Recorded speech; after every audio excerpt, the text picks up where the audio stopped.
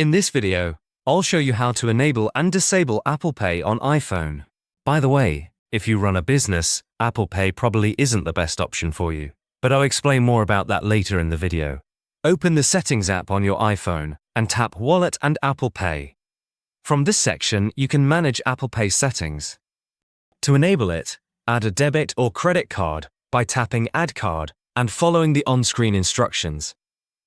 To disable it, you can remove your card by selecting it and tapping Remove this card, or toggle off the available Apple Pay options shown in this menu. From this Wallet and Apple Pay section, you can both enable and disable Apple Pay anytime. Apple Pay is decent, but personally, I prefer MoneyGram for day-to-day money transfers, especially if you live in the US or Canada. If you're worried about online fraud, they even have physical locations near you where you can make transfers in person. There's a link in the description below to create a free account. But if you run a business or plan to start one, AirWallex is a much better option.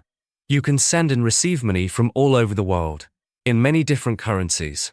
It's a complete business banking account that goes way beyond what Apple Pay offers. There should be a video popping up on your screen now. It's a detailed AirWallex review covering everything you need to know. Click the video to start watching.